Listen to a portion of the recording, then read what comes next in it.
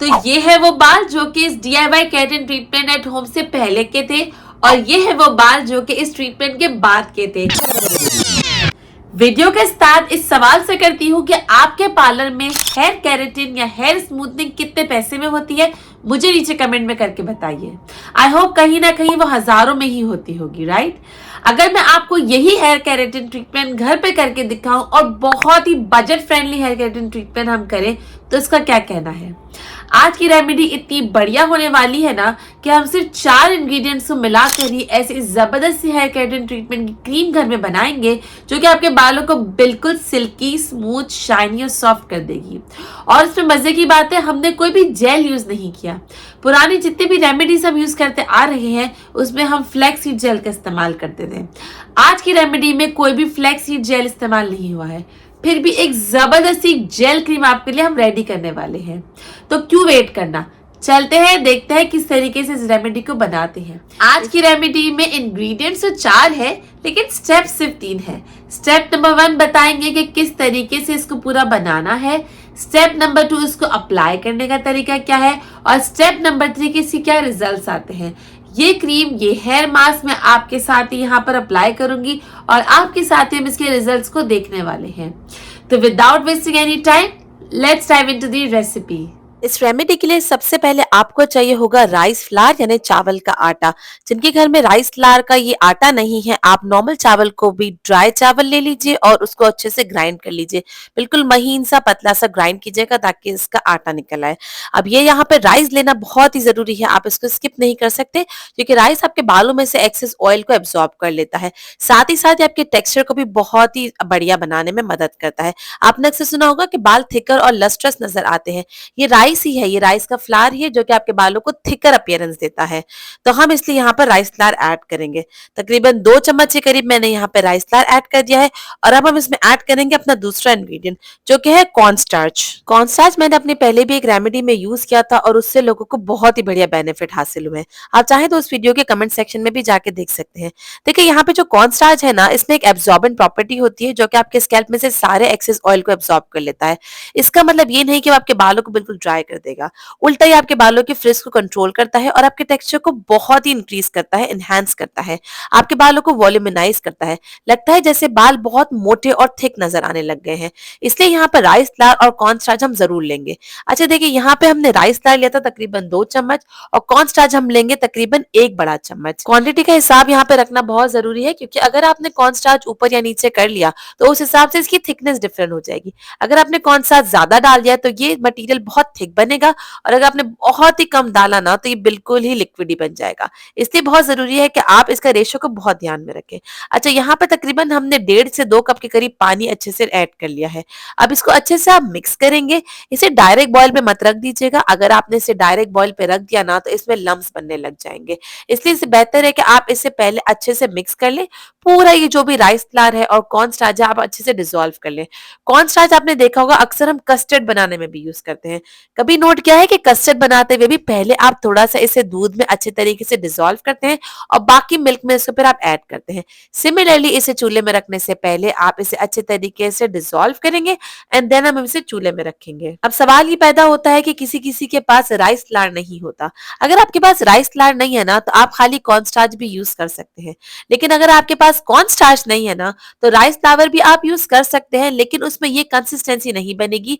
तो उसके बदले आप इसमें फ्लैक्स सीड जेल ऐड कर सकते हैं। अच्छा अब आप यहाँ पे देख सकते होंगे कि मैंने तकरीबन 1 चम्मच के करीब कॉफी पाउडर ऐड कर लिया है। यहाँ पे कॉफी पाउडर ऐड करने का मकसद ये है कि ये आपके बालों को एक शाइन देगा और एक ब्राउनिश टिंज देगा। फिर आप इसे चूल्हे पे रख देंगे और मेक श्योर कि आप इसे कंटिन्यूअसली हिलाते रहें ताकि इसमें लम्स ना पड़ जाए। अच्छा मैं आपको बता रही थी कॉफी के बारे में। क्या आप जानते हैं कि कॉफी के बारे में एक ऐसी साइंटिफिक स्टडी हुई है जिसमें ये भी प्रूव किया गया है कि कॉफी में कैफीन होता है और यही कैफीन आपके हेयर ग्रोथ को स्टिमुलेट करता है। साथ ही साथ डीएचटी का नाम तो आपने सुना होगा। ये डीएचटी एक ऐसा हार्मोन होता है जो आपके बालों को लॉस करता है। ये उस हार्मोन को ही ब्लॉक कर देता है, इनहिबिट कर देता है, जिससे आपका हेयर लॉस बहुत कम हो जाता है। इस रेमेडी में लेकिन हम कॉफी हेयर लॉस की वजह से यूज नहीं कर रहे। हम जो यूज कर रहे हैं वो यूज कर रहे हैं ताकि आपके बालों को अच्छी सी शाइन मिले और सॉफ्टनेस मिले। काफी दफा आपने देखा होगा कि कॉफी के रिंस भी यूज किए जाते हैं और कॉफी का मास्क भी बनाया जाता है ताकि आपके बालों को बहुत बढ़िया सी शाइन और सॉफ्टनेस मिले और बहुत ही वाइब्रेंट लुकिंग आपके बाल हो जाएंगे। आप इसको लगा के देखिएगा एक दफा। अक्सर आपने वीडियोस में वर्टिकल वीडियोस यानी यूट्यूब शॉर्ट्स या टिकटॉक वगैरह पे देखा होगा कि बाल कैसे चमक रहे होते हैं, जैसे आज ही एक्सटेंसो कराया हो। सिमिलरली यही आपके बालों को वो बढ़िया सा इफेक्ट और एक बढ़िया सा लुक और शाइन देने वाला है। आप इसको चूल्हे पे रखेंगे और इसे बॉईल होने देंगे। तकरीबन जब ये आधा हो जाएगा और गाढ़ा हो जाएगा, मैंने यहाँ पे आपको दिखाया है कि किस तरीके से इसकी कंसिस्टेंसी होगी, तब आप चूल्हे को बंद कर देंगे। इसे बहुत गाढ़ा मत कीजिएगा क्योंकि अगर ये बहुत ज्यादा गाढ़ा हो जाएगा ना, तो जब ये कूल डाउन होगा तो ये और थिक हो जाएगा और हमें यहाँ पर इसकी इतनी ज्यादा थिक कंसिस्टेंसी नहीं चाहिए। अच्छा, ये बनने के बाद आप इसे अच्छे तरीके से छान लेंगे। छानने के लिए आप चाहे तो इसमें छन्नी का भी इस्तेमाल कर सकते हैं। काफी लोगों की ये आर्ग्यूमेंट होती है कि अगर हम इसे ना छाने तो, अगर आप इसे ना छाने तो ट्रस्ट भी कोई भी फर्क नहीं पड़ने वाला, आप इसको बगैर छाने भी यूज कर सकते हैं। इसमें सारा पाउडर मटेरियल है, कोई भी इसमें ऐसा मटेरियल नहीं है जो कि हमने साबित लिया हो, तो इसलिए आप इसे छाने बगैर भी काम चला सकते हैं। मेक श्योर कि आप इसे अगर छान रहे हैं ना, तो आप इसे गर्मा गर्म ही छान लें। अगर ये ठंडा हो जाएगा तो ये और थिक हो जाएगा और फिर इसको छानने में बहुत ही डिफिकल्टी होने वाली है। आखिरी जो इंग्रेडिएंट हम ऐड करेंगे वो है ऑलिव ऑयल। ऑलिव ऑयल यहाँ पर ऐड इसलिए करेंगे क्योंकि ये आपके स्प्लिट एंड्स को होने से प्रिवेंट करता है। काफी दफा आपने देखा होगा कि जिनके ड्राई बाल होते हैं और फ्रिजी हेयर होते हैं, उनको स्प्लिट एंड्स बहुत ज्यादा हो जाते हैं। ये आपके स्प्लिट एंड्स को बहुत हद तक प्रिवेंट करता है और साथ ही साथ एक एंटीऑक्सीडेंट प्रॉपर्टी भी आपके बालों में देता है। अब यहाँ पे आपको ऑलिव ऑयल तकरीबन 1 से 1.5 चम्मच ले लेना है। मेरा थोड़ा सा यहाँ पे ज्यादा हो गया था, लेकिन इट्स टोटली फाइन। इसको आप अच्छे से मिक्स करेंगे क्योंकि इसमें एक ऑयल की कंसिस्टेंसी है और साथ ही साथ यहाँ पर वाटर और जो कॉर्न स्टार्च का हमने कॉम्बिनेशन बनाया था, एक वो कंसिस्टेंसी है। इन दोनों की कंसिस्टेंसी डिफरेंट होती है, तो मेक श्योर कि आप इसे अच्छे तरीके से मिक्स कर लें ताकि ये बिल्कुल आपस में एक हो जाए यानी घुल मिल जाए। यहाँ पर ये बात जानना बहुत जरूरी है कि जब आपने इसमें ऑयल ऐड किया था तो ये मिक्सचर गर्म ही था। ये ठंडा होने से पहले ही आप पूरा मिक्सचर आपस में एक साथ बना लेंगे और फिर आप इसे ठंडा होने के लिए रखेंगे, क्योंकि अगर आप इसे ठंडा होने के बाद अगर ऑयल डालेंगे ना, तो इसकी कंसिस्टेंसी डिफरेंट होने की वजह से ये आपस में घुल मिल नहीं पाएगा और फिर कोई फायदा नहीं होगा। ऑलिव ऑयल सेपरेट टाइप पे हो जाएगा और जो आपने मिक्सचर बनाया था वो सेपरेट लेयर में हो जाएगा। सो इसलिए बेटर है कि आप इसे एक साथ ही गर्मा गर्म जब ये हो तभी आप इसे अच्छे से मिक्स कर ले और फिर आप इसे कूल डाउन होने के लिए रख दीजिए। कूल डाउन होने के बाद जब इसकी कंसिस्टेंसी होगी ना, वो इस तरीके से होगी। आप देख सकते हैं कि ये बहुत ज्यादा थिक भी नहीं है और बहुत ज्यादा रनी यानी लिक्विडी भी नहीं है। इस तरह की कंसिस्टेंसी ही हमें चाहिए।